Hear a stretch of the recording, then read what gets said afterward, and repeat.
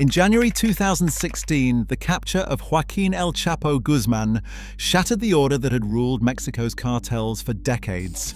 Within 3 years, his sons and rivals transformed a $300 chemical investment into $1.5 million in fentanyl shipments, fueling over 76,000 US deaths in 2022 alone. Meanwhile, a new figure, Nemesio El Mencho Oseguera Cervantes, rose from the chaos, commanding firepower the state could barely match. What began as a kingpin's fall became a synthetic gold rush, a national civil war, and in 2026, the military operation that killed El Mencho and set the entire conflict on a new course. But how did dismantling one empire unleash a global drug war with no clear end in sight? On January 8, 2016, Mexican Marines recaptured Joaquin El Chapo Guzman in Los Mochis, ending his second escape and sending a message across the underworld. 10 days later, the United States filed for his extradition, and by January 2017, El Chapo was flown in chains to New York. His conviction in 2019 broke the myth of Sinaloa's invincibility, but the vacuum left behind did not bring peace. Instead, it set off a scramble for control among his sons, known as Los Chapitos, and old guard bosses like Ismael El Mayo Zambada. Court records show that as the Sinaloa cartel fractured, Los Chapitos moved quickly to corner a new market. While the old business had relied on Colombian cocaine and Mexican heroin, the new frontier was synthetic. By 2020, a single $300 shipment of Chinese precursor chemicals could be transformed in a clandestine lab into fentanyl worth $1.5 million on the US street. Port manifests from Manzanillo and Lazaro Cardenas reveal surges in chemical imports, even as Mexican authorities reported record seizures. The economic logic was brutal and efficient. Unlike poppy or coca, fentanyl required no fields, no seasons, no armies of pickers. Production could be scaled overnight. In 2022, US public health data counted more than 76,000 overdose deaths linked to synthetic opioids, a toll that dwarfed the worst years of the heroin crisis. By 2024, the number still hovered above 48,000. The profit model had changed, and so had the stakes. What began as a power struggle over Sinaloa's remnants had become a chemical arms race, with Los Chapitos running a business that measured success in kilos and casualties. By 2011, a new force was moving across Mexico's criminal map. The Jalisco New Generation Cartel, known as CJNG, led by Nemesio Oseguera Cervantes, El Mencho, expanded with a speed and violence that caught rivals and authorities off guard. By 2020, CJNG's footprint stretched across 2/3 of Mexico's states, reaching deep into the United States and beyond. United States agencies posted a $15 million reward for El Mencho's capture, the highest ever for a Mexican cartel boss. El Mencho's rise was fueled by a mix of firepower, discipline, and calculated brutality. CJNG convoys, often armored and equipped with military-grade weapons, rolled into contested towns, forcing local police to retreat.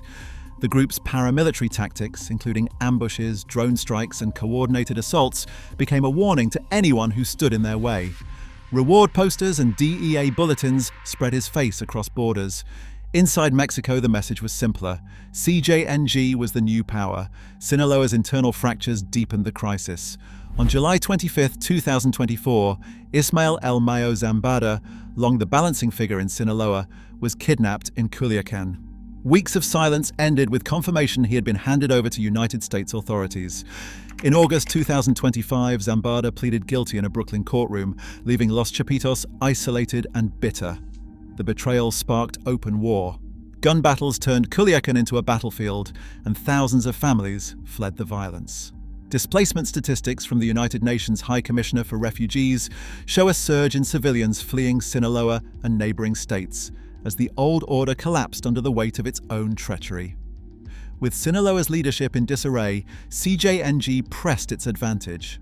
El Mencho's forces swept into new territories, filling the security vacuum with ruthless efficiency.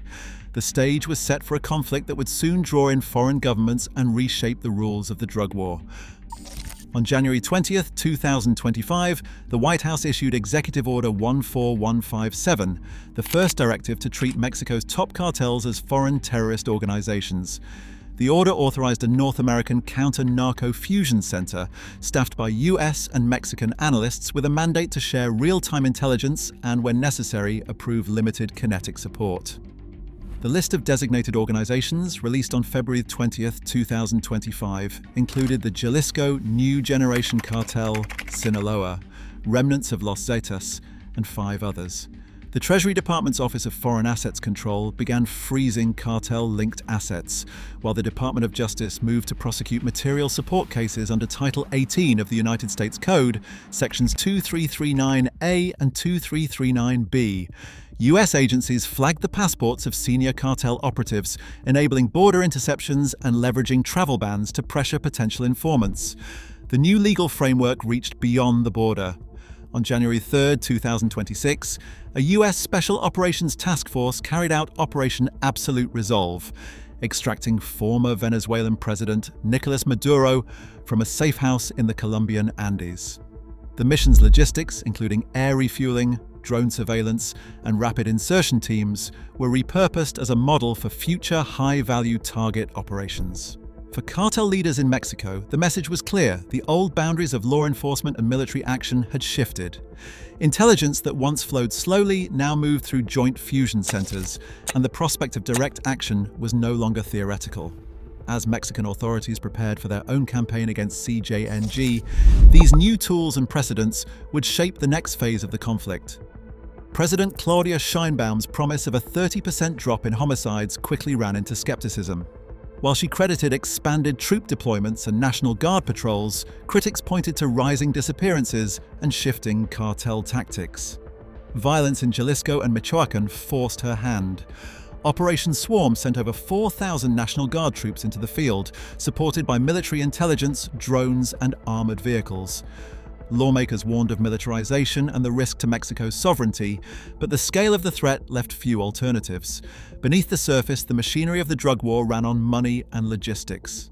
In June 2025, Mexico's banking regulator flagged suspicious wire transfers at 2 major banks, tracing them to shell companies in Hong Kong and Shenzhen. The US Treasury issued an advisory linking Chinese-controlled networks to laundering proceeds from fentanyl and meth sales.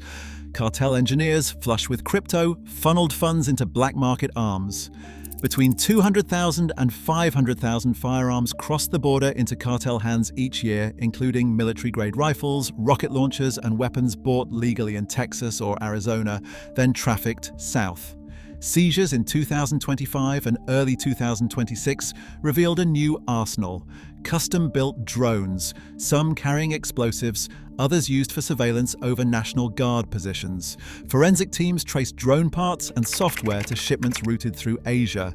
A classified custody list from the Tapalpa raid later documented dozens of weaponized drones and encrypted radios, evidence of a cartel arsenal rivaling national militaries. The logistics pipeline, Chinese chemicals, crypto accounts, and cartel armories became both the engine of cartel power and the target of joint intelligence operations. At 2:15 a.m. on February 22, 2026, military drones circled above a compound in Tapalpa, Jalisco, tracking movement behind newly built walls. National Guard armored vehicles, including MRAP vehicles, rolled into position as encrypted radios crackled with orders. At 2:45 a.m., hydraulic rams punched through the perimeter. Heavy gunfire erupted in the darkness. By 3 a.m., rooftop sentries were downed and EOD robots cleared suspected explosives from vehicle bays. Inside, cartel fighters fought from reinforced positions. At 3:30 a.m., Nemesio Oseguera Cervantes, El Mencho, was found in a fortified vault. He was mortally wounded in the firefight and died en route to Mexico City. The operation left 25 National Guard officers dead and seized an arsenal: armored trucks, rocket launchers, and thousands of rounds of ammunition. Forensic teams catalogued the haul as proof of a battlefield, not a crime scene. The war had crossed another line. Within hours of El Mencho's death, chaos rippled across Mexico. Roadblocks 252 by official counts sprang up in more than half the country's states. Burning trucks sealed highways from Guadalajara to Colima, and entire cities ground to a halt as cartel gunmen torched vehicles and fired on police. The US Embassy warned its citizens to shelter in place. National Guard convoys, already stretched, faced ambushes and sniper fire along major corridors. As the immediate shock faded, a deeper uncertainty settled in. With CJNG Central Command shattered, regional bosses began staking claims, each vying for a share of an empire that had generated between $40 and $80 billion a year. The resulting vacuum left Mexico's security forces confronting not a single enemy, but a patchwork of competing commanders, each armed, each unpredictable. The question of who would control the world's most lucrative trafficking routes now hung unresolved, with the threat of escalation looming over every border and city. Military hardware now rivals cartel firepower along Mexico's highways. State and criminal boundaries blur as each side adapts, unchecked. The raid in Tapalpa shifts tactics, but not the underlying calculus. With every kingpin removed, the conflict mutates, and the stakes for democracy and sovereignty only grow. Subscribe to Tomorrow's Warfronts for more breakdowns. Until next time.